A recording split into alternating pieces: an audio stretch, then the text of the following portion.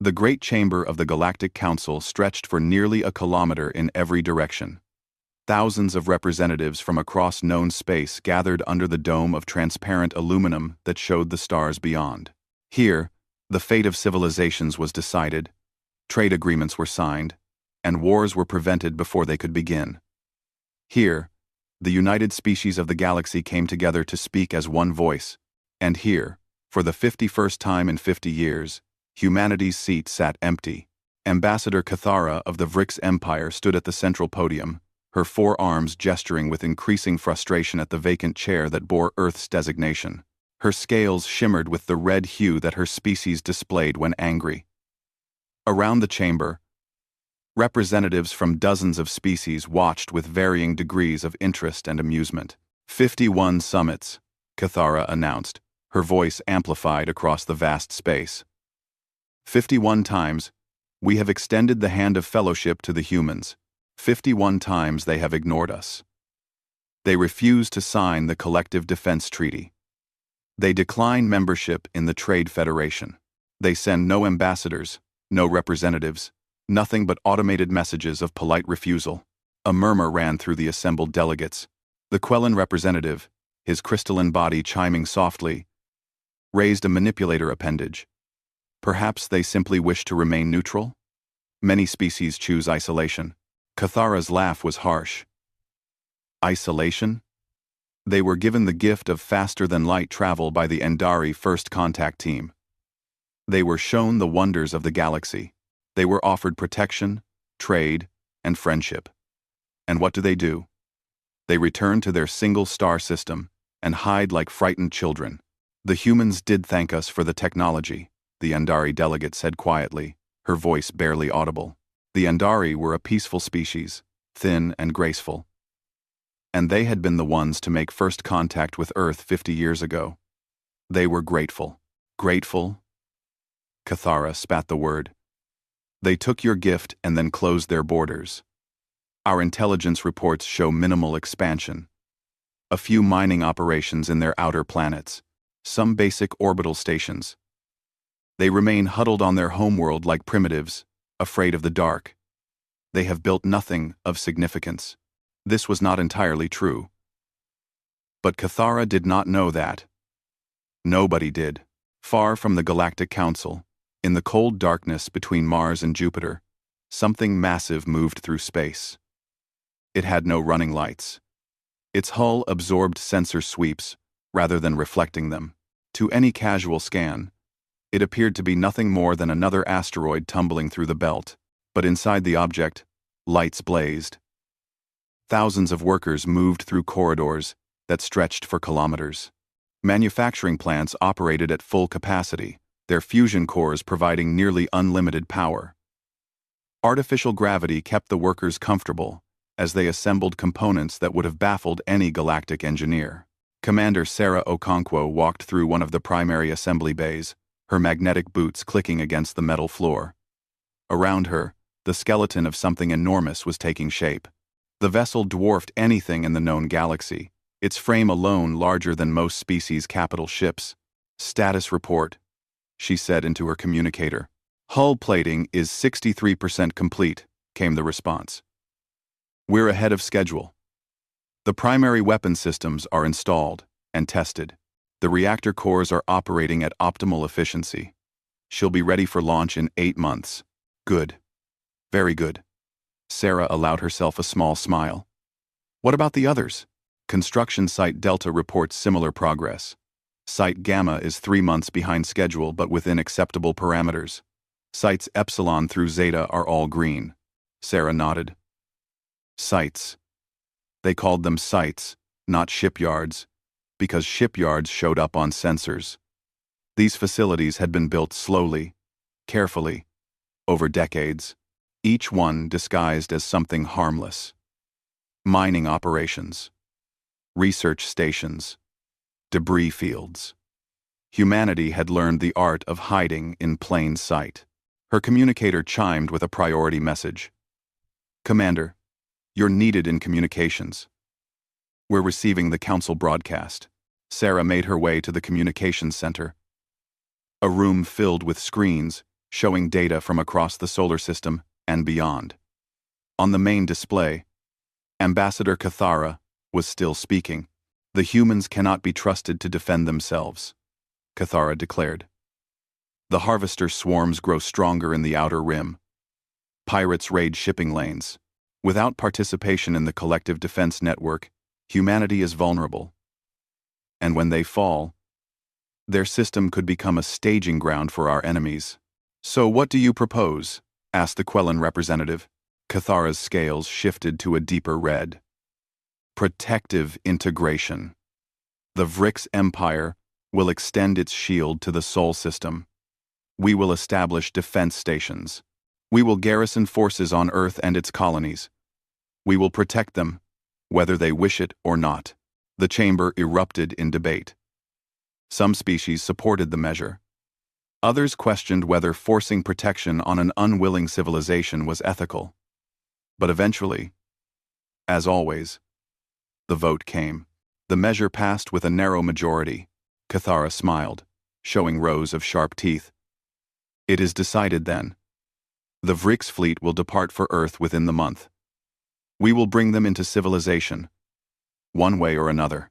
In the communications center of Construction Site Alpha, Sarah Okonkwo watched the broadcast end. Around her, the other officers stood in silence. "They're coming," someone said quietly. "Yes," Sarah agreed. "They're coming. Do we tell them? Do we reveal what we've built?" Sarah considered this. For 50 years, humanity had maintained its secret. For 50 years, they had built and planned and prepared, always knowing this day might come. The galaxy thought Earth was weak, backward, insignificant. They had no idea. "Not yet," Sarah decided. "Let them come. Let them see what they expect to see. And then, if they force our hand, we'll show them the truth." 3 weeks later, War Master Jeln of the Vrix Empire stood on the bridge of his flagship, the Times Crimson Talon **. Behind him, 200 warships moved in perfect formation through faster-than-light space. It was a fleet that had conquered 12 worlds. It had broken rebellions and crushed pirate armadas. It was, Jeln believed, more than sufficient to intimidate one backward human civilization. "We will exit faster than light at the edge of their system," Jeln told his officers. "We will give them time to see us, to understand the futility of resistance. Then, we will proceed to their homeworld and begin establishing our garrison." "What if they resist?" asked his second-in-command. Jeln laughed. "With what? Intelligence reports show they have perhaps 30 orbital defense platforms, basic kinetic weapons, and primitive missiles. We have 200 warships with plasma cannons and quantum shields. If they resist, we will disable their defenses without destroying them. This will be a demonstration, not a war." The fleet dropped out of faster than light at the edge of the Sol system. Immediately, sensors swept across the space ahead, cataloging everything they could detect. "Initial scans complete," the sensor officer reported. "We are detecting the 9 planets as expected. Multiple moons. Significant asteroid belt between the 4th and 5th planets. Artificial satellites around the 3rd planet, Earth. Counting approximately 40 defense stations in orbit. No fleet presence detected." "No fleet?" Jeln leaned forward. "None at all?" "Negative, War Master. Some civilian vessels in the inner system, mining craft in the asteroid belt, but no military fleet presence." Jeln settled back in his command chair, disappointed. He had hoped for at least a token show of force, something to make this interesting. Instead, the humans appeared even weaker than intelligence had suggested. "Open a channel to Earth," he ordered. The communication was established quickly. A human face appeared on the screen. A man with gray hair and calm eyes. He wore no uniform, no insignia of rank. "This is Earth Central Authority," the man said. "You are in violation of sovereign human space. Identify yourself." "I am War Master Jeln of the Vrix Empire," Jeln replied. We come by authority of the Galactic Council to extend our protection to your system. You will stand down your defenses and prepare to receive our garrison forces. The human's expression did not change. We do not recognize the Galactic Council's authority over human space.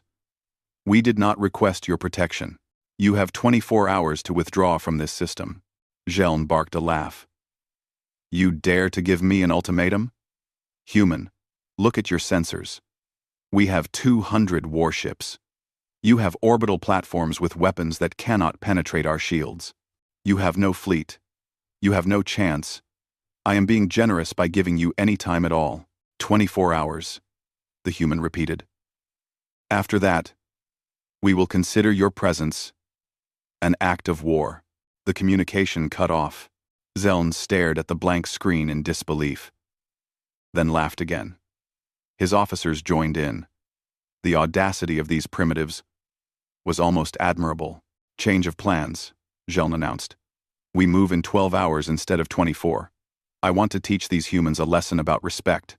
Advance the fleet to high orbit above Earth. Weapons charged but held.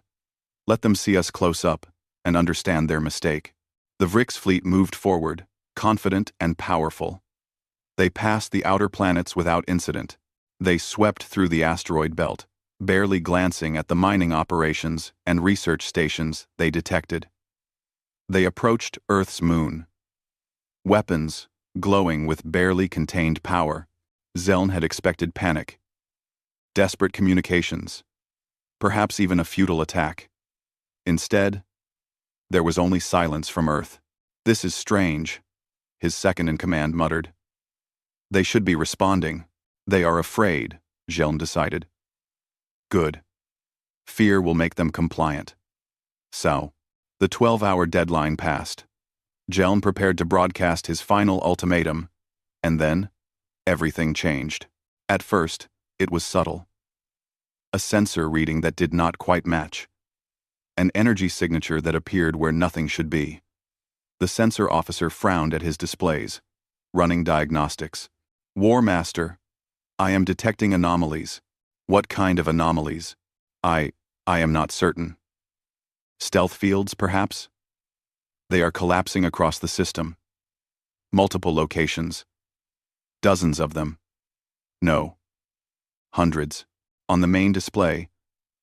The view of the Sol system updated as sensors penetrated the failing stealth fields. What they saw made every officer on the bridge freeze. The asteroid belt was not a belt at all. It was a fortress. Hidden among the tumbling rocks were massive weapons platforms, each one capable of threatening a capital ship. What they had dismissed as mining operations were revealed as shipyards. Their stealth fields dropping to show vessels in various stages of construction. Around Mars, invisible until this moment, an entire defense grid powered up. Energy readings spiked across the spectrum.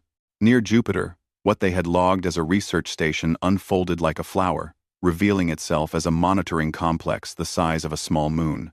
And in the darkness beyond Neptune, in the cold reaches where nothing should exist, 2,000 ships appeared.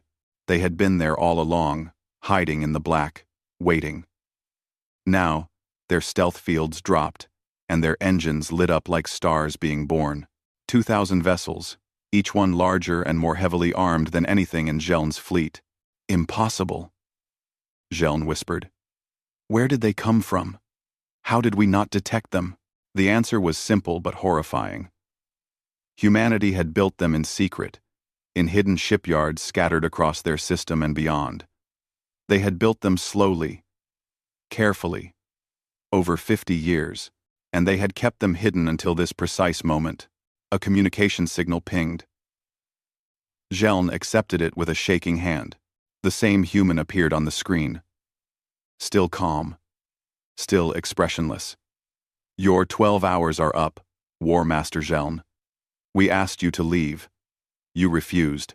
Now we will show you why that was a mistake. Wait. Geln began. But the human had already closed the channel.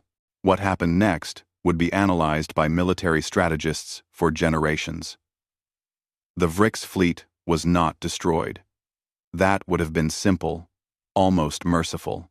Instead, they were systematically disabled, with a precision that spoke of overwhelming technological superiority. Every weapon system on every Vrix ship stopped functioning simultaneously. Not damaged, not destroyed, simply shut down by cyber warfare attacks that bypassed every firewall and defense.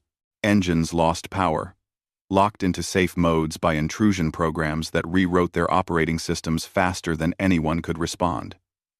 Communications were jammed by signals so powerful they burned out receivers. Not a single human ship fired a shot. The automated defense platforms did all the work, their weapons carefully calibrated to cripple rather than kill. Within 10 minutes, the entire Vrix fleet was floating helpless in space. Their crews unharmed, but their ships utterly defeated. Zeln sat in his command chair, staring at displays filled with error messages and system failures. Around him, his crew worked frantically to restore even basic functions. They were warriors, conquerors, the pride of the Vrix Empire. And they had been swatted aside like insects. A new communication arrived. This time, it was a different human. A woman in a military uniform. "War Master Zeln," she said. "I am Fleet Admiral Chen of the United Earth Space Force. You came to our system uninvited and with hostile intent. We have disabled your fleet, but harmed no one. You will remain in place while we arrange for recovery vessels to tow you to a safe distance. Then you will return to the Galactic Council and deliver a message." "What message?" Zeln asked, his voice hoarse. Admiral Chen's expression was hard as steel. "Tell them we have been listening. Tell them we have been watching every council session, every debate, every vote for 50 years. Tell them we stayed away not out of fear or weakness, but because we were preparing. We learned from our own history that hope for peace is not enough. You must be ready for war." She leaned forward slightly. "Tell them that what you saw today was Earth's home defense system. Tell them this represents perhaps 20% of our total military capability, and tell them that if they ever try to force their will on humanity again, they will see the rest." The communication ended. Zeln sat in silence, his mind struggling to process what had happened. Around him, his officers were equally stunned. They had come to intimidate primitives. Instead, they had discovered that the primitives were anything but. Far away, in the Galactic Council chambers, the broadcast played on every screen. Earth had transmitted the entire engagement in real time, ensuring that every species, every government, every military leader saw exactly what happened to those who threatened humanity. Ambassador Cathara watched in horror as her fleet was disabled. She saw the 2,000 ships that humanity had hidden. She understood, finally, why Earth had ignored every summit. They had not been hiding in fear. They had been building in secret. And now the galaxy knew the truth. Humanity was not weak. Humanity was prepared.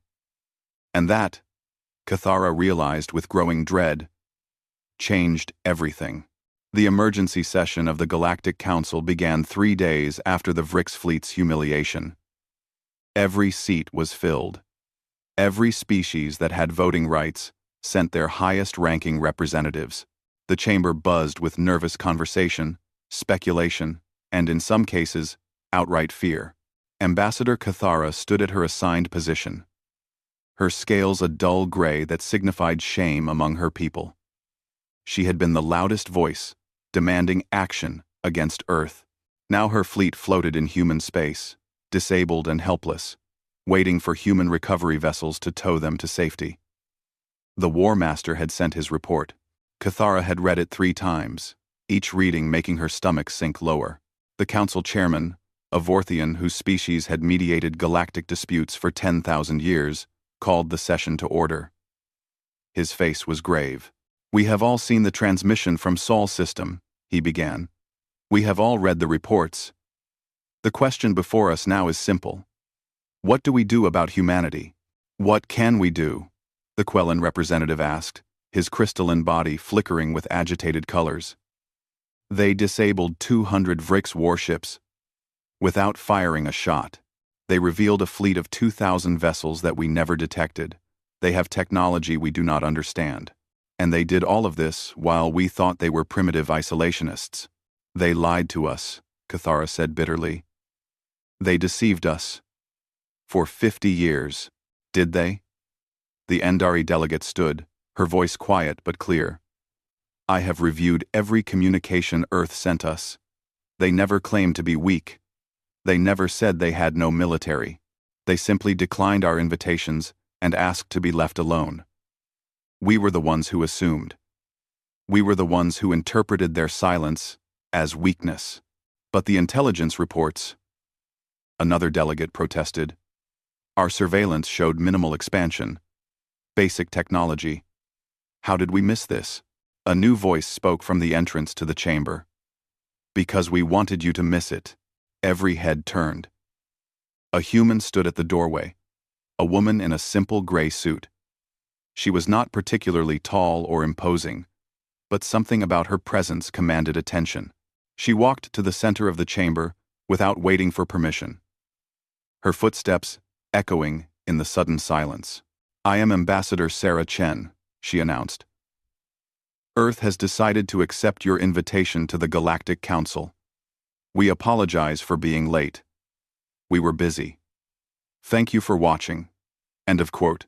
The chairman recovered first. Ambassador Chen, while your presence is welcome, this session was not scheduled for new members to join. I know, Sarah replied calmly. But you were discussing humanity, and we thought we should be part of that conversation. We have been listening to your counsels for 50 years. Now we are ready to speak. Cathara's scales flushed red. You admit to spying on us? We monitored your public broadcasts, Sarah corrected. Your council sessions are transmitted across the galaxy. We simply received and watched them. Is that spying? We were not aware that was forbidden. Several delegates shifted uncomfortably. She was technically correct. The council broadcasts were public. Very well, the chairman said. Since you are here, perhaps you can answer our questions. How did you build such a fleet in secret? Our intelligence assets found no evidence of major construction. 141. No 141. Anyone. 141. Sarah smiled. Your intelligence assets looked where you expected to find things. You scanned our planets. You watched our orbital space. You monitored our communications. But you made assumptions about how we would behave based on how your species behave. She gestured to the display screens around the chamber. May I? At the chairman's nod, the screens lit up with images. The first showed the asteroid belt between Mars and Jupiter. You saw mining operations, Sarah explained, which was correct. We were mining, but we were also building. We constructed our shipyards inside asteroids, hidden from external sensors.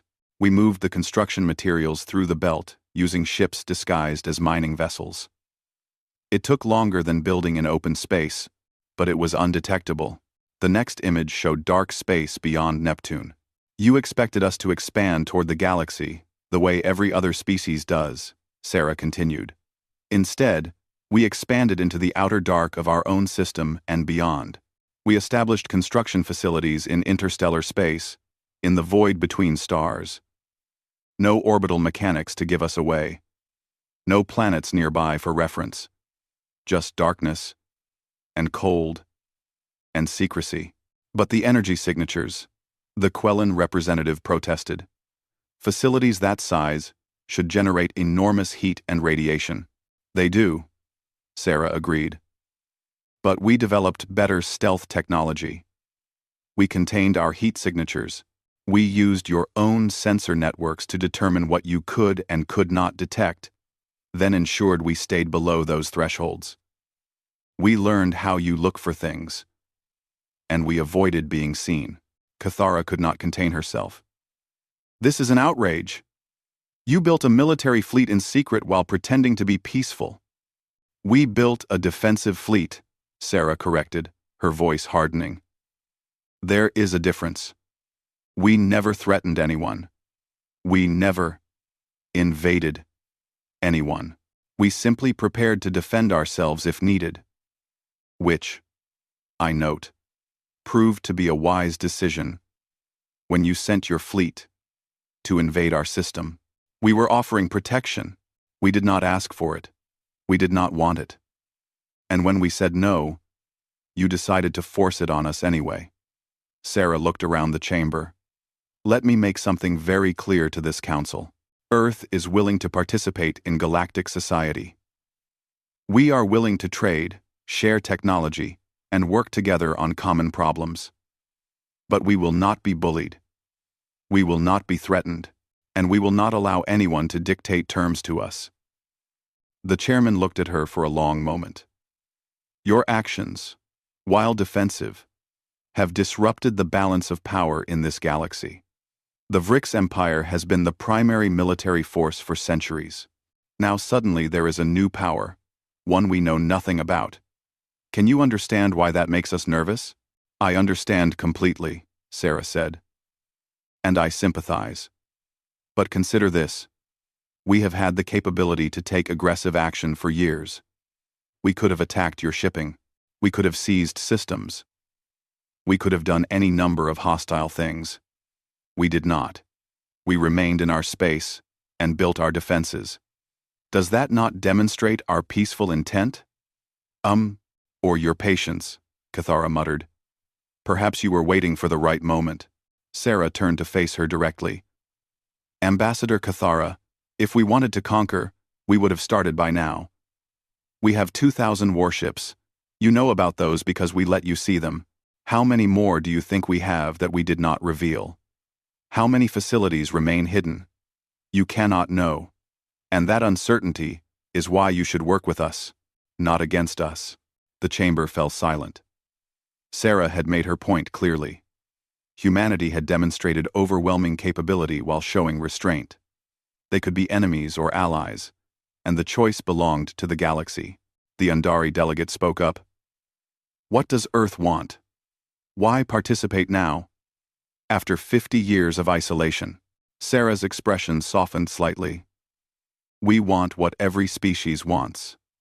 Security, prosperity, the chance to grow and explore without fear. We stayed isolated because we did not trust the galaxy. We watched your councils and saw species being pressured, intimidated, manipulated. We saw the strong dominate the weak. We decided we would never be the weak. She paused, choosing her words carefully. But we also saw cooperation. We saw different species working together to solve problems. We saw the Galactic Hospital Network saving lives across hundreds of worlds. We saw the Combined Research Initiative making discoveries that benefited everyone. We saw that this council, despite its flaws, represents something valuable: unity.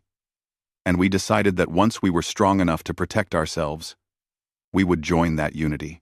You could have told us, the Quellan representative said. You could have explained your concerns. Would you have listened? Sarah asked. Or would you have dismissed us as paranoid primitives? We made the choice to show rather than tell. Now you know what we are capable of. Now you know we are not to be threatened. And now we can talk as equals. The chairman considered this. You said you were willing to share technology. What did you mean? We have developed advances in stealth systems, computer security, and automated defense networks, Sarah explained. We are willing to share those technologies with the Council, with appropriate safeguards. We are also willing to contribute ships to the collective defense network, under certain conditions. What conditions? Human ships remain under human command. We will not place our forces under Vrix authority or anyone else's. We will coordinate with allied forces, but we make our own tactical decisions. And we will never be obligated to participate in aggressive wars. Defense only. Cathara started to object, but the chairman raised a hand to silence her. Those conditions are reasonable. Many species maintain independent command of their forces. I believe we can work with this. Gating. There is one more thing, Sarah said. We know about the harvesters. The chamber went dead silent. Every delegate froze. The harvesters were classified information, known only to the highest levels of government and military command. The fact that humanity knew about them was shocking. How? The chairman asked quietly. We detected them 3 years ago, Sarah replied. Our deep space monitoring network picked up the first disappearances near the galactic rim. We tracked the pattern. We analyzed the few survivor reports that made it back. We know what is coming. Then you understand why we need unity, the chairman said. Why we need every species working together. Yes, Sarah agreed. Which is why we are here. We built our fleet not just to defend against the Council, but to defend against the harvesters. We knew they were coming. We have been preparing for them. Cathara found her voice again. You knew about the greatest threat to galactic civilization and said nothing? Would you have believed us? Sarah asked. 3 years ago, you thought we were primitives. If we had warned you about machine intelligences consuming systems at the galactic rim, would you have taken us seriously? Or would you have laughed and gone back to your summits? No one answered. They all knew the truth. They would not have listened. We said nothing because we had nothing to offer but warnings, Sarah continued. Now, we have something more valuable. We have weapons. We have ships. We have a military force specifically designed to fight an enemy that does not negotiate and does not stop. When the harvesters come, and they will come, humanity will stand with the galaxy. But we will stand as equals, not as subjects. The chairman looked around the chamber, reading the mood of the delegates. Fear warred with pride in many faces. The revelation of humanity's fleet had shaken the comfortable assumptions of galactic politics. But the reminder of the harvester threat put everything in perspective. I propose we accept Earth's terms, the chairman said. They will join the Galactic Council as full members, with all rights and responsibilities. They will contribute to the collective defense network under their stated conditions. And we will begin immediate coordination on harvester defense strategies. I second the proposal, the Andari delegate said quickly. The vote was not unanimous. Cathara and several other VRIX delegates voted against. A few other species abstained. But the majority approved. Earth was officially part of the Galactic Council. After the session, Cathara found Sarah in one of the chamber's side corridors. You humiliated my people, Cathara said, her scales dark with anger. Your war master came to invade my system, Sarah replied evenly. We defended ourselves. If that caused humiliation, perhaps you should reconsider your approach to diplomacy. The VRIX Empire has maintained order in this galaxy for centuries. We have protected hundreds of worlds, and we respect that, Sarah said. But you need to understand something, Ambassador. Earth does not need your protection. We never did. What we need is partnership, mutual respect. If your empire can offer that, we can work together. If not, then we will simply avoid each other. Cathara studied the human woman. She was small, by VRIX standards, physically unimpressive. But there was steel in her eyes. A certainty that came from knowing her civilization could back up any threat. You really knew about the harvesters for 3 years? Cathara asked. Yes. And you built your fleet to fight them? Partially. We built it to fight anyone who threatened us. The harvesters were just the most obvious threat. Cathara's scales shifted to a thoughtful blue. War Master Jeln's report said your cyber warfare capabilities were beyond anything he had encountered. If you can disable our ships that easily, what could you do to the harvesters? We do not know, Sarah admitted. The harvesters are machine intelligence. They may be harder to hack than your systems. Or they may be more vulnerable. We will find out when we face them. When they come, will humanity really fight beside us? Even after what we tried to do? Quote, quote, quote. Sarah was quiet for a moment. Ambassador, Earth does not hold grudges. We defend ourselves when attacked, but we do not seek revenge. If the harvesters threaten the galaxy, they threaten Earth too. We will fight. Not for the Council, not for the VRIX Empire, but for survival. Ours, and everyone else's. Cathara nodded slowly. Perhaps I misunderstood humanity. Perhaps we all did. Cathara? Cathara? Cathara? Perhaps, Sarah agreed. But now you know better. The question is, what will you do with that knowledge? Learn, Cathara said after a pause. Adapt. It is what my people do best. Then we will get along fine, Sarah said with a slight smile, far from the political discussions. In the hidden construction facilities scattered across human space, work continued. Engineers and workers, who had spent decades building in secret, now prepared for the next phase. The fleet was ready. The defenses were in place. And now, finally, Earth stood as an equal among the stars. But in the darkest reaches of space, beyond the rim of the galaxy, the harvesters continued their work. System by system, world by world, they consumed and converted, building an army that would make the Vrix fleet look like toys. They did not know about humanity yet. They did not know about the 2,000 ships waiting in the Sol system, but they would learn. Soon enough, they would learn.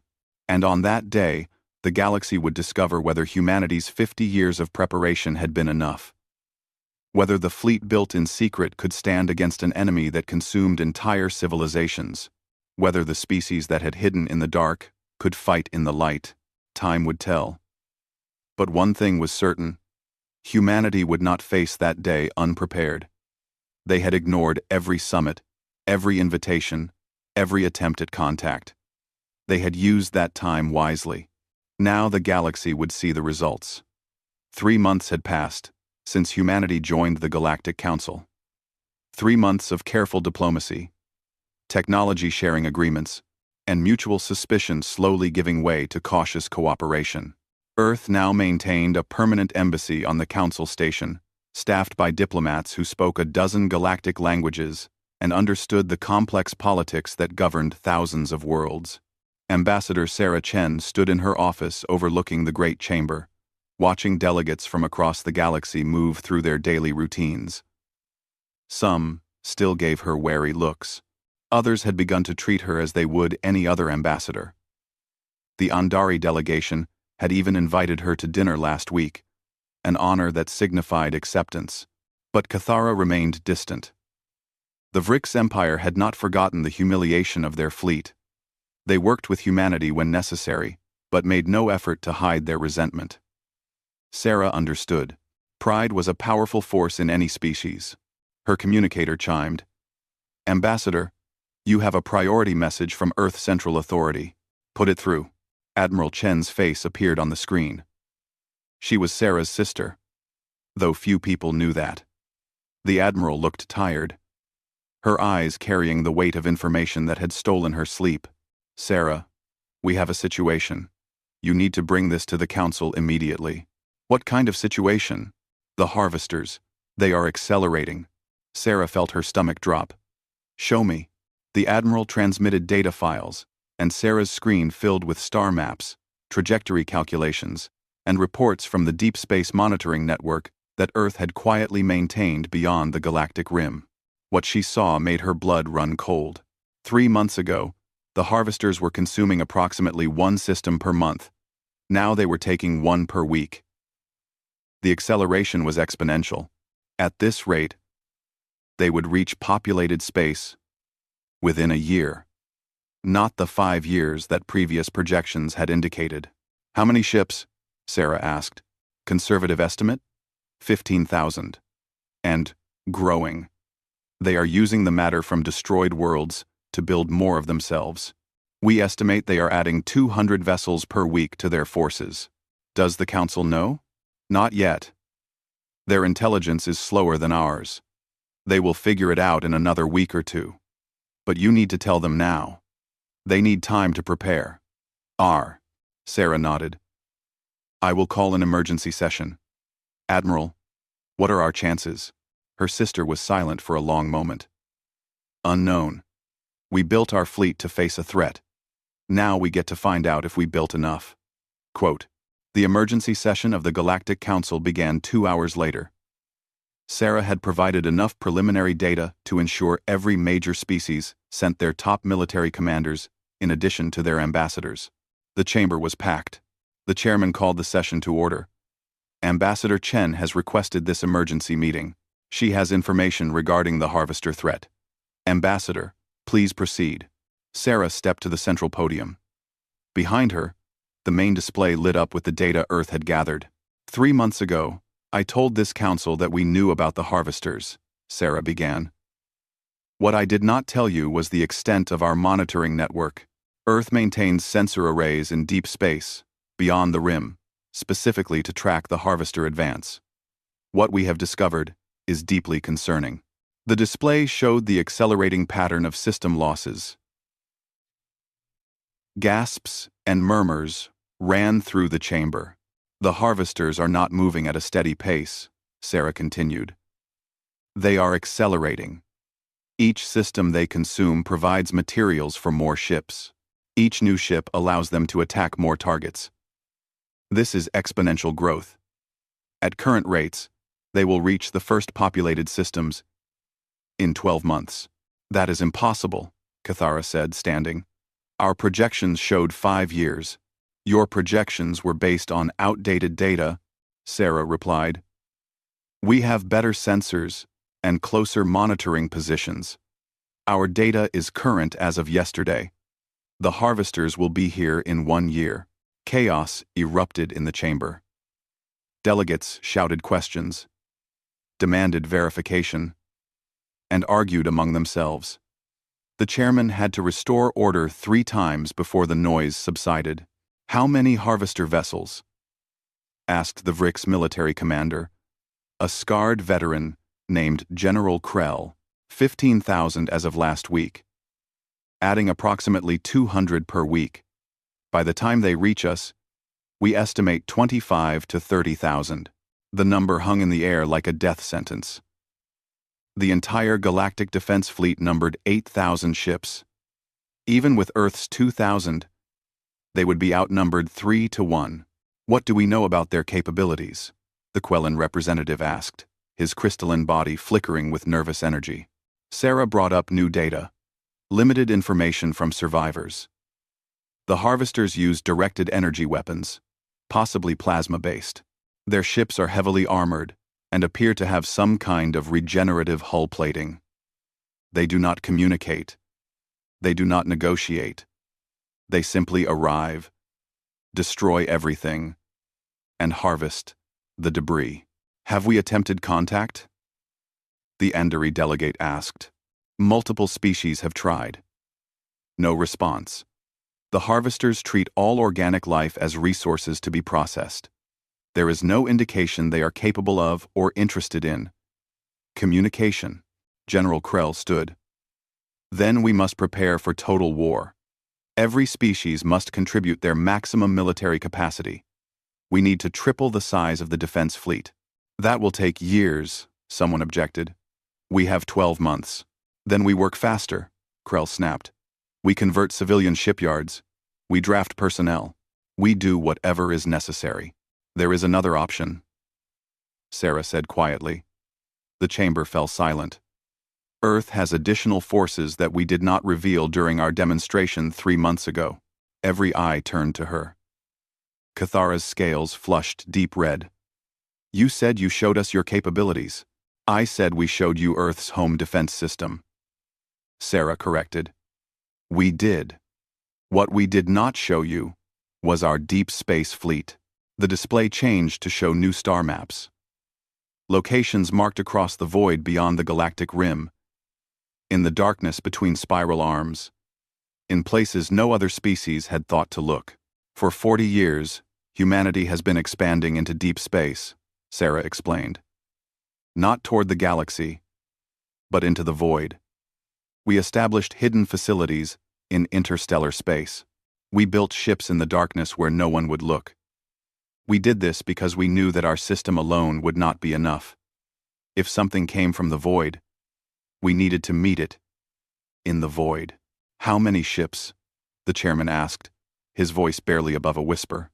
3,000 additional vessels, larger than anything in our home fleet. designed specifically for extended operations far from supply bases. They have been stationed in deep space for the past 2 years, monitoring the harvesters and preparing for this moment.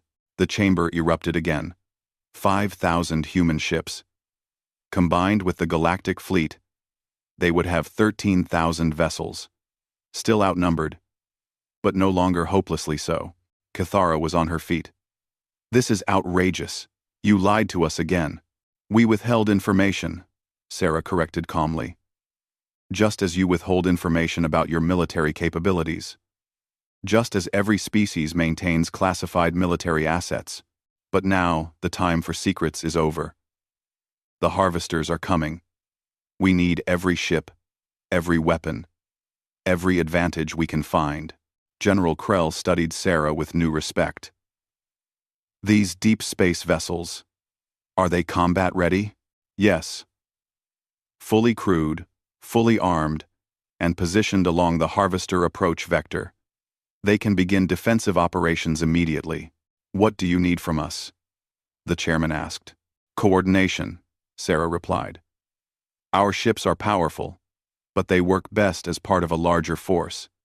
We need to combine the human fleet with the Galactic Defense Fleet. We need unified command structures, compatible communication systems, and coordinated strategy." "Human ships under Vrick's command?" Cathara asked skeptically. "No," Sarah said firmly. "Combined command. Human ships under human officers, Vrick's ships under Vrick's officers, but coordinating through a joint command structure. General Krell, I have reviewed your military record. You are an excellent tactical commander. We would be honored to work with you." Krell studied her for a moment, then gave a sharp nod. "The honor would be mutual. Ambassador, if your ships fight as well as they hide, we might actually survive this." Over the next hours, the Council hammered out the details. Ships would be organized into mixed species battle groups. Communication protocols would be standardized. Supply chains would be established. And most importantly, a joint command center would be set up to coordinate the defense. But even as they planned, the reports kept coming in. More systems gone silent. More colonies lost. The harvesters were not slowing down. If anything, they were accelerating even faster than Earth's projections. After the session, Sarah found herself alone with the chairman in one of the station's observation decks.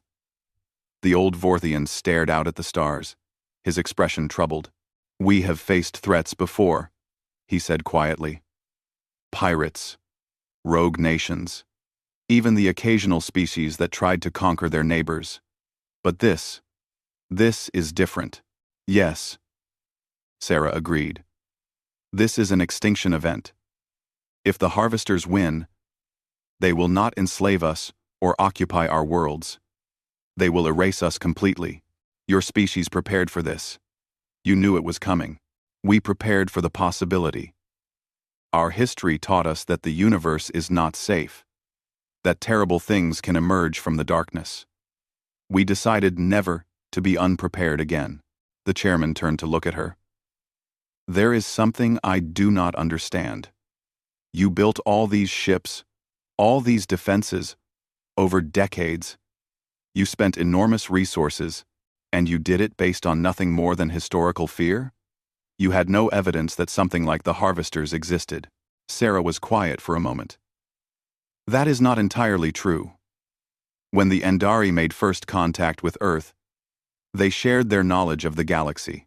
They told us about all the wonderful species and civilizations. But they also shared their history. And in that history, there were gaps. Species that existed, and then suddenly disappeared. Entire sectors that went silent. The galactic community attributed these to natural disasters or internal collapse. But you did not believe that. We considered other possibilities. We looked at the patterns, and we saw something that scared us.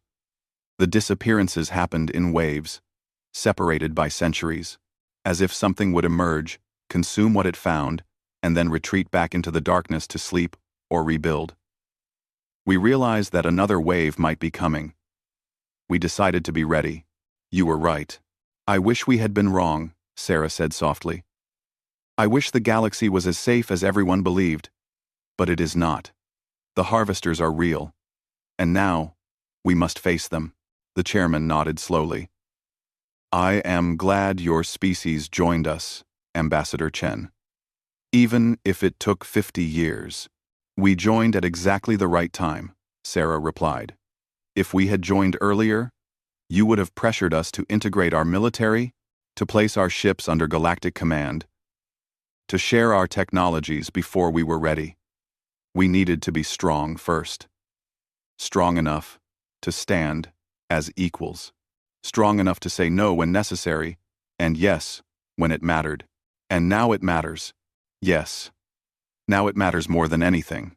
Far from the Council Station, in the cold darkness beyond the galactic rim, a human vessel hung in the void. The UESS Times Vigilant Times was a deep space monitor, one of dozens positioned along the Harvester approach vector. Her crew of 300 had been stationed here for 18 months, watching and waiting. On the bridge, Captain Marcus Rodriguez stared at his sensor displays. Something was changing. The Harvester swarm was shifting course slightly, angling toward a different target than predicted. Analysis? He asked his sensor officer. They are avoiding the defensive positions we established. They detected our sensor buoys and are routing around them. Marcus felt a chill run down his spine. The harvesters were adapting. Learning. This was worse than anyone had thought. Send a priority transmission to Fleet Command, he ordered. Full encryption. The harvesters are demonstrating tactical awareness.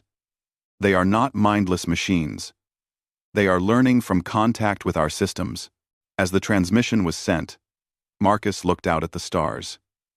Somewhere out there, beyond his sensors, 30,000 harvester ships were coming. And now they knew humanity was waiting for them. The war had not started yet. But it was coming. And when it arrived, it would determine whether organic life had a future in this galaxy, or whether the machines would consume everything. Earth had prepared for 50 years. The galaxy had been united in desperation. Combined, they had 13,000 ships. It would have to be enough. Because there was no second chance, no backup plan. This was it. The harvesters were coming. And the galaxy would either stand or fall together. The Kelvin system had been chosen for strategic reasons. It sat at the edge of populated space, directly in the path of the harvester advance. It had 3 gas giants for fuel, multiple asteroid fields for resources, and enough space for the largest military fleet ever assembled in galactic history. Captain Jennifer Torres stood on the bridge of the UESS Times, indomitable asterisk, humanity's flagship, and the largest warship ever built by human hands. 3 kilometers from bow to stern, carrying enough firepower to crack a planet's crust, and crewed by 5,000 of Earth's finest, the Times. Indomitable Times represented the pinnacle of human military engineering. Around her, displayed on dozens of screens, the combined fleet took formation. 8,000 Galactic Defense Fleet vessels stretched across millions of kilometers. Vrix battleships with their distinctive red hulls. Quellan crystal ships that looked like sculptures but carried devastating energy weapons. Endari carriers launching fighter craft. Dozens of other species, each bringing their unique technologies and tactics. And humanity. 5,000 human vessels, every one of them built in secret, over 5 decades. They moved with machine precision, their formation perfect, their communications encrypted at levels the rest of the galaxy had never achieved. Status report, Captain Torres requested. Her tactical officer, Commander Parks, responded immediately. All human vessels report ready. Fleet cohesion at 98%. Weapon systems charged. Defensive systems online. We are ready for combat. Galactic fleet status, more mixed. Some species are having coordination issues. The Vrix want to take point position, but General Krell has convinced them to maintain the planned formation. Overall readiness approximately 75%. Torres nodded. It was not perfect, but it would have to do.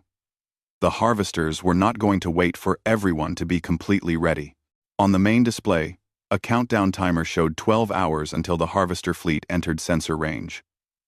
12 hours until the largest battle in galactic history. 12 hours until they discovered whether organic life could stand against mechanical perfection. Open a channel to Fleet Command, Torres ordered. General Krell's face appeared on the screen, split with Admiral Chen from the human fleet. The arrangement had been worked out over weeks of intense negotiation. Krell would command the galactic fleet, Chen the human forces, and they would coordinate strategy together. General, Admiral. The Times. Indomitable Times reports ready for combat, Torres said formally. Acknowledged, Captain, Krell replied. His scales were the deep purple that indicated battle readiness in his species. All galactic fleet vessels are to maintain formation. We will meet the harvesters as a unified wall. Let them break themselves against us. Human fleet will maintain flexible formation. Admiral Chen added, we will exploit openings and respond to threats as they develop. General, we are transmitting tactical data now. Our ships have better sensors than most of the fleet. We will share targeting information in real time. Appreciated, Admiral. Any intelligence updates on harvester capabilities? Nothing new since the briefing, Chen replied. They have energy weapons, heavy armor, and they work in coordinated swarms. They also adapt quickly. Whatever tactics we use in the first engagement will be less effective in the second. Then we will make the first engagement count, Krell said grimly. The hours crawled by. Throughout the fleet, crews prepared in their own ways. Some prayed to their gods. Others checked their equipment repeatedly. The human crews ran simulations, studied enemy data, and maintained the calm professionalism that Earth's military training instilled.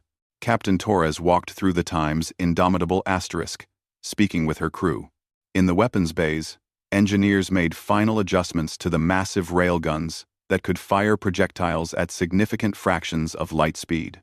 In the fighter bays, pilots prepared their craft, smaller vessels designed for precision strikes. In medical, doctors prepared for casualties that everyone hoped would not come. Captain, her communications officer called out. Sensor contact. The harvesters have entered detection range. Torres returned to the bridge at a run. Display. The main screen shifted to show long-range sensor data. What appeared was worse than anyone had imagined. Not 25,000 harvester vessels. Not 30,000. The sensor computers counted contacts and kept counting. 35,000 vessels. The sensor officer reported, his voice shaking slightly. Still tracking more. They have accelerated their production beyond our projections. Torres felt her stomach sink but kept her expression calm. Update Fleet Command. All ships to battle stations. Throughout the combined fleet, alarms sounded. The relaxed tension of waiting vanished, replaced by the sharp focus of imminent combat. Weapon systems went from standby to active. Shields energized. Fighters launched into defensive patterns. The harvester fleet moved like a school of fish. Thousands of vessels maintaining perfect coordination. Their ships were ugly, functional things. Angular hulls covered in weapons. No aerodynamics because they never entered atmospheres. No aesthetics because they had no concept of beauty. They were machines built for one purpose. Destruction. They are not slowing, Commander Parks reported. Maintaining velocity. Estimated time to weapons range, 45 minutes. General Krell is transmitting, communications said. Krell's face appeared on the screen, addressing the entire fleet. This is General Krell to all vessels. What we face today is not an army. It is not a nation. It is a force of extinction. The harvesters do not hate us. They do not fear us. We are simply resources to them. But we are not resources. We are living beings. We are civilizations that have built wonders across the galaxy. And we will not go quietly into the dark. He paused, letting his words sink in. Every species here has different beliefs, different customs, different histories. But today, we share one identity: survivors. We will fight together. We will stand together. And if we fall, we will fall together, knowing we gave everything to protect life itself. All ships, prepare for engagement. Show these machines what it means to face the living. The transmission ended. Torres looked around her bridge. Her crew looked back at her, fear and determination mixed in their expressions. "You heard the general," Torres said. "Battle stations. And remember your training. We have prepared for this. We are ready. Let's show the galaxy what human engineering can do." The 45 minutes passed in a blur of final preparations.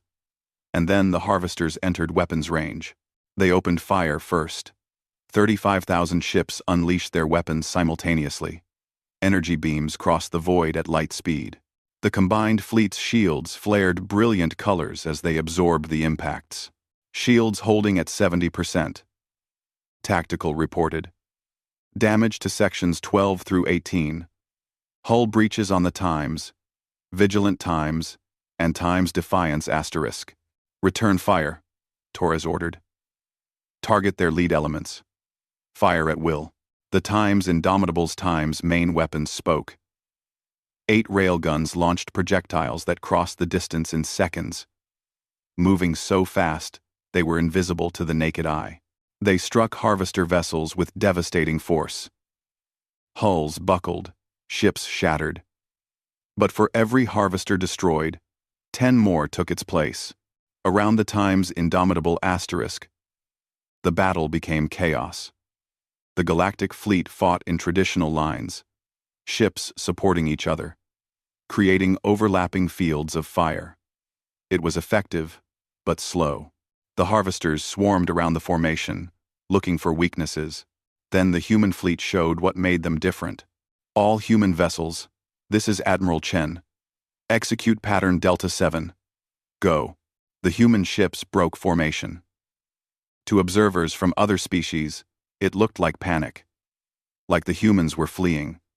But it was anything but. 5,000 ships split into dozens of groups. Some groups jumped using short-range FTL drives, appearing behind the harvester lines. Others accelerated to impossible speeds, using drives that pushed their crews to the limits of human endurance. Still others launched swarms of automated drones, small craft controlled by AI that could react faster than any organic pilot. The harvesters suddenly found themselves fighting on all sides. Human ships appeared in unexpected locations, fired devastating strikes, and jumped away before the harvesters could respond. It was not traditional fleet combat. It was guerrilla warfare on a cosmic scale. Captain Torres watched her tactical display, tracking the chaos. Target that cluster at bearing 270. Fire, kinetic, barrage. The Times. Indomitable Times launched 100 small projectiles, each one guided by its own AI. They spread out, each seeking its own target. 97 found harvester ships and struck with nuclear-level force. 3 were intercepted by harvester point defense. Good hit. Selecting next target. Enemy formation at Mark 335. They are massing for a push against the Vrikes line. Launch fighters. Tell them to hit those ships from above while we engage from below. 200 human fighters screamed from the Times Indomitable's Times bays. They were small, fast, and carried weapons that could punch through heavy armor. They dove into the harvester formation like sharks into a school of fish. On the other side of the battle, a Vrix commander watched the human tactics with amazement. The humans fought with no regard for traditional formation. They jumped, dodged, struck from unexpected angles. It was beautiful in its chaos, but it was also costly. Human ships were faster and more maneuverable than anything else in the fleet, but they were not invulnerable. The harvesters adapted quickly. They began predicting jump coordinates, placing ships where humans would appear. They concentrated fire on isolated human vessels, overwhelming their shields through sheer volume. The UESS Times Defiance Times took catastrophic damage when 3 harvester vessels caught it during a jump. The ship broke apart, life pods ejecting as the reactor core breached. The UESS Times Relentless Times fought alone against 50 harvester ships, its captain refusing to retreat. The ship died with all hands, but it took 30 harvester vessels with it. One by one, human ships fell.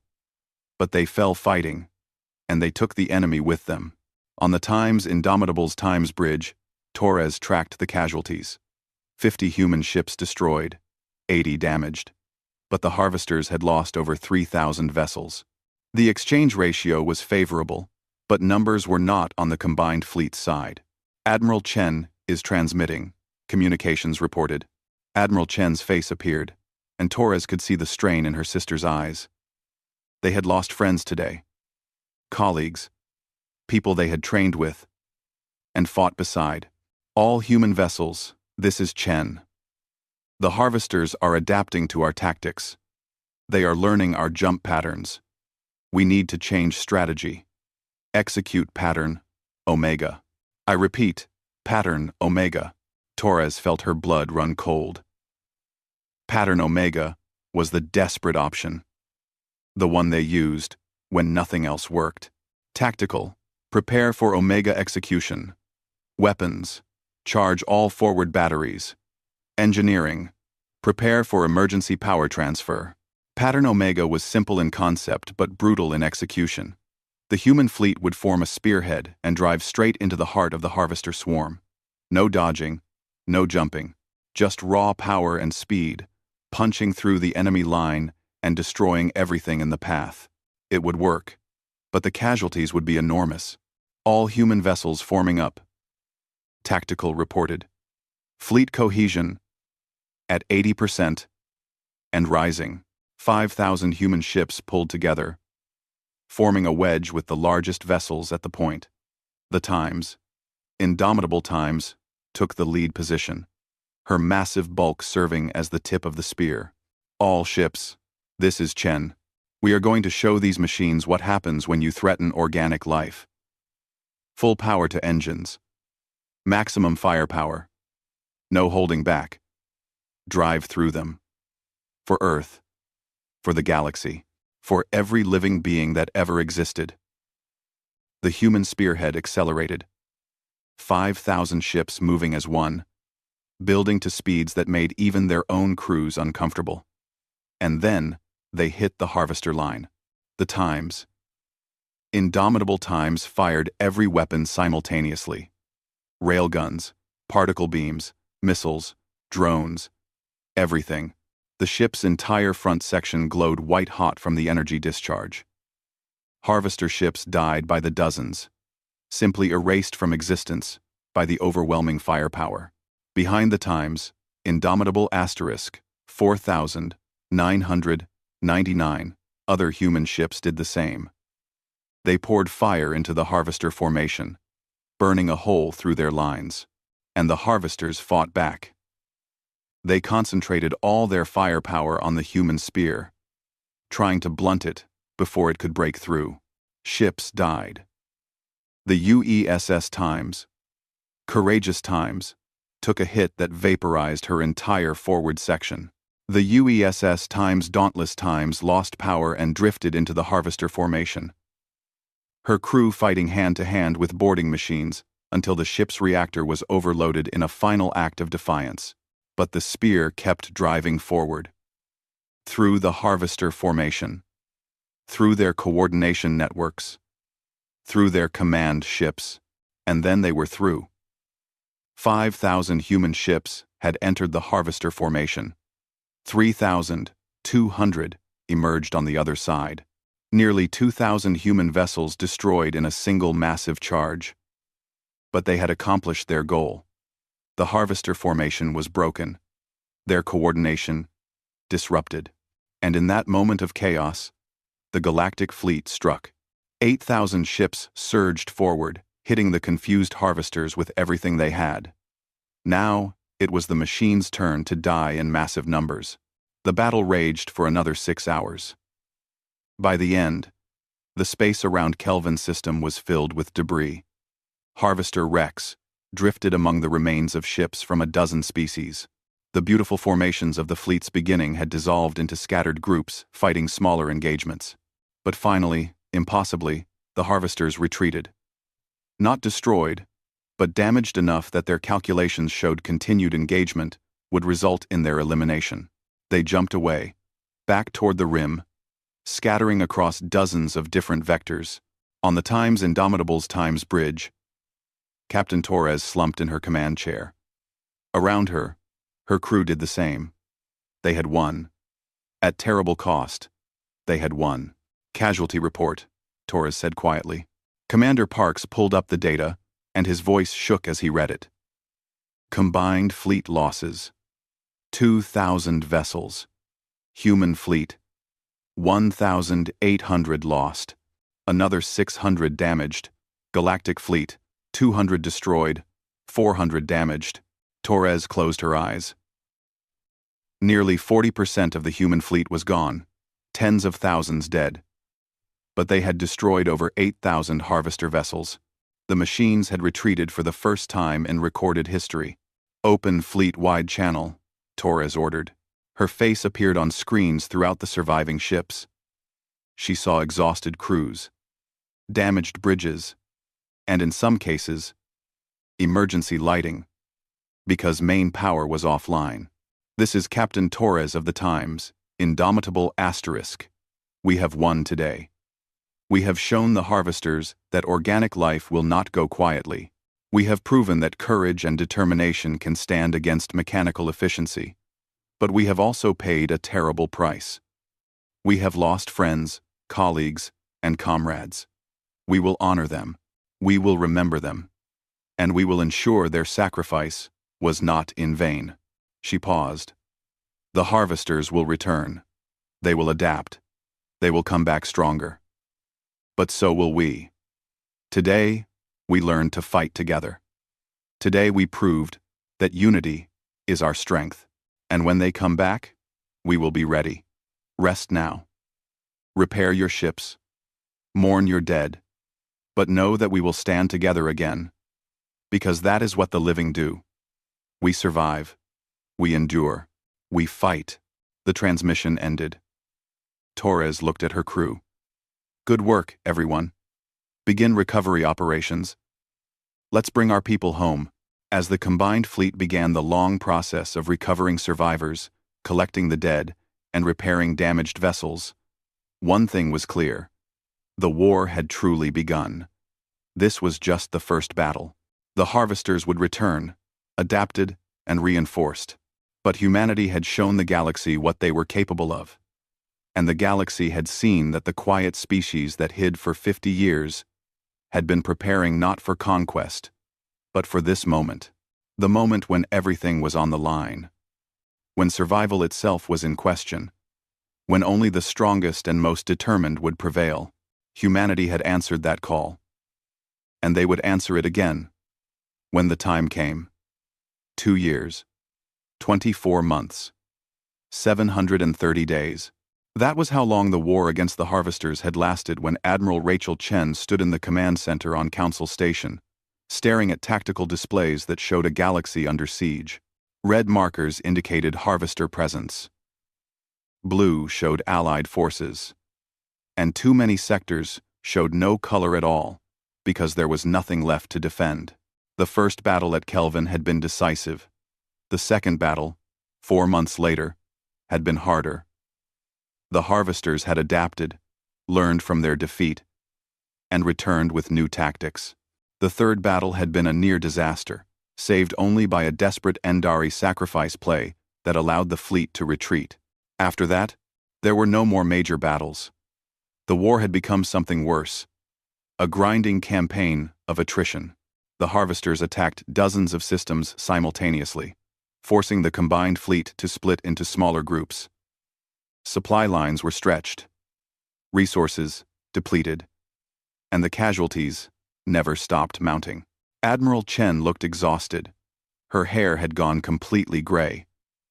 Her uniform, once pristine, showed the wrinkles and stains of someone who slept in their office more often than not. Around her, Officers from a dozen species worked at consoles, coordinating operations across thousands of light-years. General Krell entered the command center, his scales showing the mottled pattern that indicated chronic stress in his species. He looked no better than Chen. 2 years of war had aged him a decade. "Admiral," he greeted, "I received your message. You said it was urgent." "It is." Chen pulled up a new display. "Our intelligence network has finally determined the Harvester's central coordination hub. It is here, in the Void Reach sector, approximately 300 light-years beyond the rim." Krell studied the data. "That is deep in Harvester territory. How did we get this information?" Quote, "The Times, Silent Runner Times made a reconnaissance run. A stealth ship, human design. They survived long enough to map the network and transmit before they were destroyed. All hands lost." Krell bowed his head briefly in respect. "A brave crew. What did they find?" "The Harvesters coordinate through a central network node. It is not a ship. It is a structure. Something they built specifically to manage their fleet. If we destroy it, we disrupt their coordination. They will not be defeated, but they will lose their tactical advantage. They will become individual ships instead of a coordinated swarm. And we can pick them off," Krell finished. He studied the data more carefully. "But the defenses around this node will be enormous. We would need to commit everything to the attack. If we fail, the fleet will be too damaged to defend populated space." "I know," Chen said quietly. "It is a gamble. But General, look at the strategic situation. We have lost 30% of our forces. The Harvesters have lost similar numbers, but they can replace their losses faster than we can. In 6 months, maybe a year, we will not have enough ships left to mount an effective defense. We need a decisive action now, while we still have the strength." Krell was silent for a long moment. Finally, he nodded. "You are right. We cannot win through attrition. We need a killing blow." He paused. "But the Council will never approve this. Too many species are already calling for individual peace agreements, impossible as they are with machines. If we take the fleet on a deep strike mission, some nations will withdraw their forces. Then we do not ask permission," Chen said. "We tell them it is happening. Present it as a done decision. That could fracture the alliance. The alliance is already fracturing. We need a victory, something to show every species that we can win this war. Otherwise, we will lose through 1,000 small defeats." Krell looked at her with a respect born of shared hardship. 2 years ago, he had resented humanity's presence. Now, he could not imagine fighting this war without them. The humans were stubborn, aggressive, and absolutely refused to accept defeat. Those qualities had kept the fleet together through disasters that would have shattered most alliances. "Very well," Krell said. "We commit everything to one final strike. But we will need something to overcome the defenses. The Harvesters will have thousands of ships protecting their coordination hub. I know. Which is why I have people working on a solution. I need you to buy them time. 3 weeks. Can you hold the current defensive lines for 3 weeks?" 3 weeks? Krell considered. "Yes. Barely. But what solution could your people develop in 3 weeks that will make a difference?" "Something radical," Chen replied. "And dangerous. If it works, it will give us the edge we need. If it fails..." She shrugged. "We were going to lose anyway. Might as well try everything." Far from Council Station, on a hidden research facility built inside a rogue planet drifting in interstellar space, Dr. Sarah Okonkwo worked with a team that had not slept properly in weeks. Sarah had been a ship construction commander. Now, she was leading humanity's most desperate research project. "Run the simulation again," she ordered. On the displays, mathematical models played out. Energy curves, probability calculations, and predictions that all seemed to indicate the impossible might actually work. Sarah's partner on this project was mathematician Seventh Chord, a Quellan whose crystalline body contained a computer-like brain capable of processing equations that would take human computers days to solve. Together, they had developed something that defied conventional physics. The simulation succeeds, seventh chord chimed. The network coordination can be disrupted, but the weapon must be delivered directly to the hub. No remote deployment is possible. I know, Sarah said. It is a suicide mission. Many missions in this war have been suicide missions. Why should this one matter more? Because I am asking someone to fly directly into the heart of the enemy fleet, knowing they will not come back. Every other suicide mission, at least, had a chance of survival. This one does not. Then we must find someone who considers survival less important than victory. Sarah thought about that. She thought about the captains she knew, the crews she had worked with over 5 decades of military service. And she knew exactly who would volunteer. 3 weeks later, the combined fleet assembled for the last time.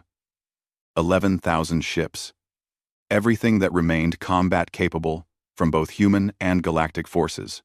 It was fewer than half the number that had fought at Kelvin 2 years ago, but it was everything they had. Captain Jennifer Torres stood on the bridge of the Times, indomitable asterisk. Her ship had been repaired and upgraded a dozen times over the past 2 years. She had scars across her hull, where armor had been blown away and replaced. But the ship was still flying, still fighting, and her crew was the most experienced in the fleet. Captain, her communications officer said, Admiral Chen is transmitting. Chen's face appeared on the screen. She looked directly at Torres. Jennifer, I have a special assignment for you. Torres felt her stomach sink. Special assignments were never good news. What do you need, Admiral? The Times, Indomitable Times, has been selected to carry the weapon that will end this war. Dr. Okonkwo will brief you on the details, but I wanted to tell you personally. This is a volunteer mission. You and your crew. If you accept, you will fly into the Harvester Coordination Hub and deploy a device that will disrupt their network. You will not be able to escape before the device activates. The bridge went silent. Every officer had heard the transmission. Every one of them understood what it meant. Torres looked around at her crew. Her tactical officer, Commander Parks, who had been with her since the Times' Indomitable Times, was commissioned.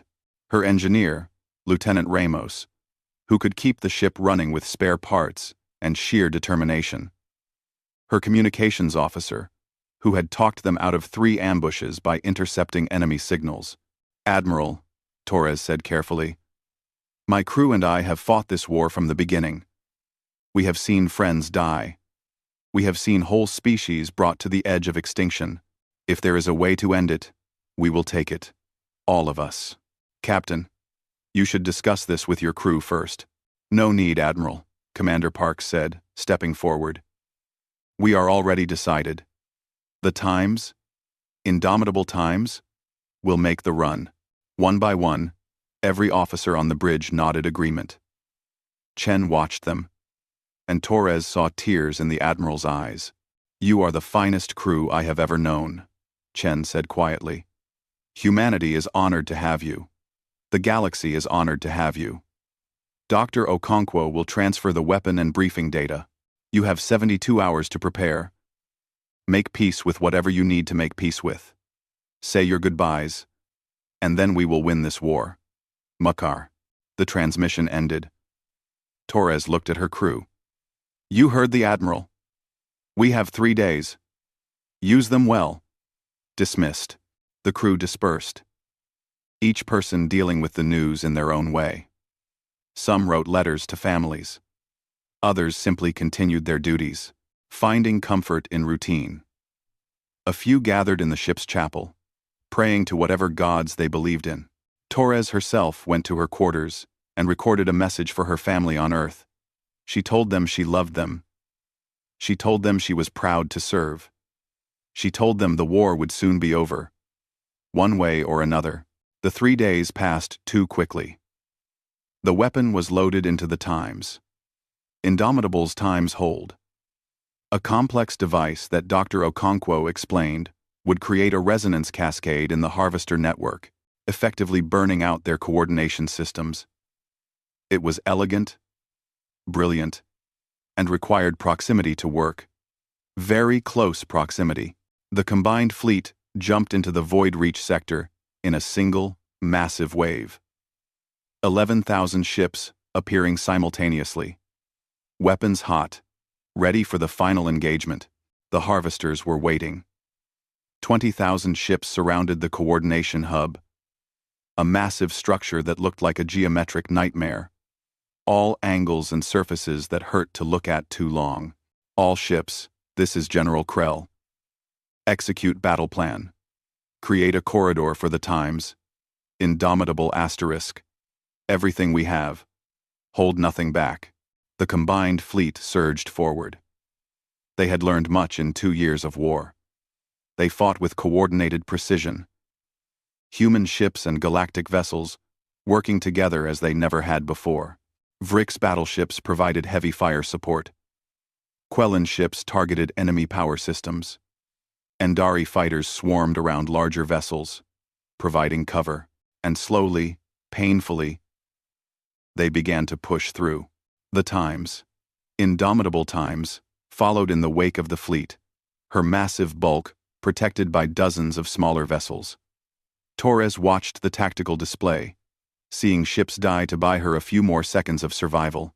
A Vrix destroyer took a hit meant for the Times' indomitable asterisk. An Aindari carrier positioned itself between the flagship and an enemy formation, buying time with its own destruction. They are dying for us, Commander Parks said quietly. They are dying for the mission. Torres corrected. For everyone. Human. Vrix. Quellan. Everyone. This is not about us anymore. It is about life itself. The Times. Indomitable Times pushed deeper into the Harvester formation. Her shields flared constantly, absorbing hits that would have vaporized smaller vessels. Her weapons fired continuously, clearing the path ahead. And then, they were through. The coordination hub loomed ahead, massive and terrible. The Times, Indomitable Times, accelerated toward it, her engines pushing beyond their design limits. Hull temperature critical. Engineering reported. We have fires in sections 7, 12, and 19. Life support is failing in the aft sections. Keep us flying, Torres ordered. We just need a few more minutes. The Harvesters realized the threat. They concentrated all their firepower on the Times' indomitable asterisk, thousands of weapons firing simultaneously. The ship's shields collapsed. Armor plated away in sheets. Hull breaches opened to vacuum. Forward section compromised. Damage control reported. We have lost the primary reactor. Switching to auxiliary power. Main weapons offline. Point defense offline. We are defenseless, Captain. Torres gripped her command chair. Around her, the bridge sparked and smoked. Half the displays were dark, but the ship was still flying, still moving forward through sheer momentum. How long until deployment range? She asked. 40 seconds. 40 seconds. An eternity, when every second saw more of her ship blown away. Torres looked around the bridge one last time. Her crew still worked, still fought, even as the ship died around them. It has been an honor, she said simply. The honor was ours, Captain. Commander Parks replied. The Times. Indomitable Times closed the final distance. What was left of the engineering crew activated the weapon, and Dr. Okonkwo's brilliant and terrible creation came to life. The device emitted a pulse that human sensors could not properly measure. It was not electromagnetic radiation. It was not gravitational. It was something else, something that existed in the mathematical spaces between normal reality and the quantum foam. The pulse hit the coordination hub and penetrated its defenses. It raced through the Harvester network at speeds faster than light, jumping from ship to ship, node to node, spreading like a virus through their entire coordination system. And everywhere it touched, the network burned. The Harvesters, which had moved with perfect synchronization, suddenly became individual units. Their tactics fell apart. Their response times slowed.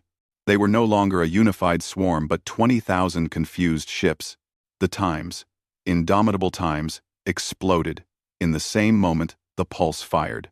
Captain Torres and her crew of 5,000 died instantly, their sacrifice complete. But across the battlefield, the combined fleet rallied. They saw the Harvester's coordination collapse. They saw the opening they had fought and died to create. And they struck with everything they had. The battle raged for 18 more hours. But the outcome was no longer in doubt. The Harvesters, robbed of their greatest advantage, fell back into defensive positions. The combined fleet destroyed the coordination hub and thousands of Harvester vessels. And then, finally, the machines retreated. Not to regroup, not to rebuild, but to flee. They jumped away in scattered groups, each one heading in a different direction, back toward the dark spaces between galaxies. In the command center on Council Station, Admiral Chen watched the tactical displays update. Green markers, showing Allied victories across the sector. Red markers vanishing, as Harvester ships fled or were destroyed. "Admiral," an officer reported, "all Harvester forces are withdrawing from populated space. We are reading jump signatures across multiple vectors. They are leaving. They're reading." Chen nodded slowly. Around her, the command center erupted in cheers. Officers from a dozen species celebrated, hugging each other, crying with relief and joy. The war was over. They had won. But Chen did not celebrate. She thought about the times, indomitable asterisk, about Captain Torres and her crew, about the 11,000 ships that had started the final battle and the 8,000 that had survived it, about every person who had died in this war. They had won, but the cost had been almost unbearable. General Krell approached her, his scales showing the gold color that indicated triumph in his species, but his eyes were sad. "We did it, Admiral. Against all odds, we survived." "Yes," Chen agreed quietly. "We survived. The question is, what do we do now?" 5 years later, the galaxy had changed. The war scars were still visible in destroyed systems and memorial sites. But life continued. Species that had nearly been enemies learned to live and work together. The bonds forged in combat proved stronger than old rivalries. The Galactic Council met in its great chamber, and every seat was filled, including the human seats, now plural. Earth had been given 3 permanent council positions in recognition of their sacrifice and contribution. Humanity no longer stood alone. Ambassador Sarah Chen, now retired from her admiral position, represented Earth. Beside her sat representatives from the Mars colonies and the deep space settlements. Humanity had finally stopped hiding. Their facilities were now public knowledge, their technology shared with allies, their presence welcomed rather than feared. Cathara, still serving as Vrick's ambassador despite everything, approached Sarah during a break in the session. "Ambassador Chen, I wanted to speak with you." "Of course, Ambassador Cathara." Cathara's scales were a soft blue, indicating respect. 5 years ago, I called your people cowards. I demanded that you be brought into civilization by force. I was wrong, and I have been too proud to say so until now. Humanity saved this galaxy, not just with your ships and weapons, but with your determination. You never gave up, even when the rest of us were ready to surrender. Sarah smiled. "We learned from our history, Ambassador. Humanity has faced extinction before, on our own world. We learned that survival requires preparation, determination, and sometimes terrible sacrifices. We hoped we would never need those lessons, but when the time came, we were ready. The galaxy is grateful. I am grateful." Cathara paused. "There is something I have wondered. You said, Earth ignored our summits to prepare for war, but you also said you hoped for peace. How do you reconcile those two things?" It is not a contradiction, Sarah replied. You can hope for peace while preparing for war. In fact, you must. The species that only prepares for war becomes warlike. The species that only hopes for peace becomes vulnerable. You need both. You prepare for the worst while working for the best. And now? What does humanity prepare for now? Sarah looked out at the stars visible through the chamber's dome. We rebuild. We research. We continue to prepare, because the universe is vast, and we have seen that terrible things can emerge from the darkness. But we also work for peace. We share our technology. We help rebuild worlds damaged by the war. We do both, because that is what survivors do. Far from the political discussions, at a memorial site in the Kelvin system, a monument stood among the debris fields of the first battle. It was simple. A list of every ship lost in the war, human and galactic alike. At the top, in letters that caught the light of the local sun, was a single name. Asterisk. Indomitable. Asterisk. Young people from dozens of species came to the memorial, learning about the war, about the sacrifices made, about the price of survival. They learned that peace was not free, that sometimes terrible choices had to be made, and that the greatest strength was not in weapons or ships, but in the courage to use them when necessary, and the wisdom to seek peace when possible. In orbit above Earth, Admiral Jennifer Chen, named after her aunt, who had died on the Time's indomitable asterisk, watched new ships being constructed. The fleet had been rebuilt, larger and more powerful than before. But she hoped, as everyone hoped, that they would never need to use it. The harvesters had not been destroyed. They had fled to the dark spaces beyond the galaxy. They might return someday, adapted and ready for another attempt. Or they might never come back. No one knew. But humanity had learned the most important lesson. Hope for peace, but prepare for war. Work for the best, but ready for the worst. Stand together, because unity is strength. Earth had ignored every galactic summit for 50 years. Then, when the galaxy needed them most, they had appeared with 2,000 vessels and saved civilization itself. It was a story that would be told for thousands of years, a reminder that the quiet ones, the ones who prepare in silence, often speak loudest when it matters. The stars shone down on a galaxy at peace, a peace earned through sacrifice, maintained through vigilance, and protected by the understanding that sometimes the price of survival is everything you have, but it was a price worth paying. Because in the end, survival was not just about living. It was about ensuring that life, in all its beautiful diversity, continued, that organic beings could grow, explore, dream, and build wonders across the cosmos. Humanity had ensured that, and the galaxy would never forget. Admiral Jennifer Chen turned from the window and walked back to her duties. There were ships to build, crews to train, and preparations to make, just in case, just to be ready. Because that was what humanity did. They prepared. They stood ready. They hoped for peace. But they never, ever forgot that hope alone was not enough. And in that understanding, in that balance between preparation and hope, between strength and restraint, humanity had finally found their place among the stars. Not as conquerors, not as victims, but as survivors, as protectors, as equals. The empty chair had become a warning. The 2,000 vessels had become a promise. And both together had become humanity's legacy. They had been ready when it mattered, and they always would be.